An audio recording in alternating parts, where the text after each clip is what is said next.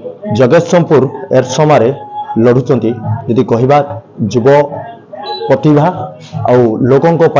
जी राति विकाय ठिया पड़ती सी होती शारदा प्रसाद जेना दुख सुखरे से साथी हंती यदि कहवा छात्र निर्वाचन पाखु से जोड़ी होती जदि कहवा जिला परिषद एरसमारे चारि थर लड़ी विजयर टीका पिंधि लोकों पाखे दुख सुखरे ठिया होती आज जे कह विजु जनता दल एरसमा बालिकुदारे आज लड़ुंट विधायक प्रार्थी हिसाब से लोकों समस्या समाधान लोकप्रियता बढ़ुची आज यदि कहवा सांगे आमर आज सीधा सड़क आलोचना साक्षात्कार अच्छा शारदा प्रसाद जेना सीधा सड़क कथा शारदा मेट्रो टीवी की स्वागत करुच्ची। नमस्कार आपण मेट्रो परिवार को स्वागत। जय जगन्नाथ। माननीय मुख्यमंत्री नवीन पट्टनायक प्रति बढ़ी विजु जनता दल प्रति आकर्षण बढ़ी शंख चिन्ह प्रति बढ़ी विजु जनता दल कर लोकहितकार कार्यक्रम साधारण लोक आकर्षण विजु जनता दल पछरे अच्छी एवं मोर 30 वर्ष सेवा लोक मान आशीर्वाद मो सहित अच्छी कहवा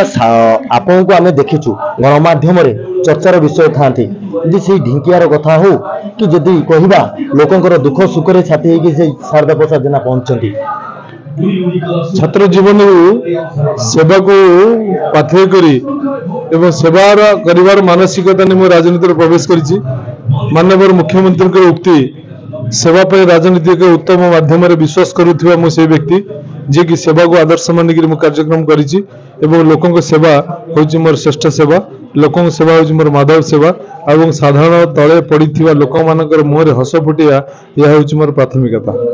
शारदा जेना यदि कह जाए जहाँ जवाब दियंती से जवाब टी रखती कहीं कथा दे था से कथा को नौटनी से प्रकृत शारदा देखला से कथा रखिए फिर शुणु प्रत्येक मनीष तार विभिन्न प्रकृति और प्रवृत्ति जन्म होइछि तेणु मोर प्रकृति प्रवृत्ति जहाँ से मुझे विच्युत हबी मोर से विश्वास अच्छी एवं राजनीति में मुझे चेष्टा करे मोर सब कमिटमेंट रक्षा करने को लोक पाखे सब चेष्टा करे। यदि कह आम जहाँ गाँ बोलूलु कि समस्या रही पानी समस्या रही एरसमा अंचल गुड़ा पंचायत यदि कह आप निज नजर को आसो शुणु 2000 मसीहा बात्या विध्वस्त पर बालिकुदा एरसमारे अनेक पुनर्गठन कार्यक्रम होइछि एवं जो जो समस्या अच्छी जन समाज अच्छी माने समस्या अच्छी माने समाधान अच्छी एवं माननीय मुख्यमंत्री नेतृत्व में चली सरकार लोकों समस्या प्रति एत मात्रा संवेदनशील निश्चिंत भाव में पूरण हम एवं पानीय जल समस्या केवल गोड़ा पंचायत ना पानीय जल समस्या समुद्र तटवर्ती किसी पंचायत अच्छी एक जानी एवं माननीय मुख्यमंत्री उद्यम बालिकुदा एरसमा निर्वाचन मंडल आंबसाल ठारे गोटे मेगा वाटर सप्लाई प्रोजेक्ट कार्यकारी होची कार्यक्रम हेलानी खूब कम दिन भीतर से पूर्णांग रूपरेखा नब ता सहित महानदी नदी तालदांडा थारे एक पुणी गोटे मेगा वाटर सप्लाई प्रोजेक्ट कार्यकारी कराउची 500 कोटी टंकार जहाँ कुजंग ब्लॉक तीर्तल ब्लॉक रोटे पार्ट एवं एरसमा ब्लॉक रोटे 12टा पंचायत को संपूर्ण रूपे कवर करिवो। तो आशा करूची 2 वर्ष भितर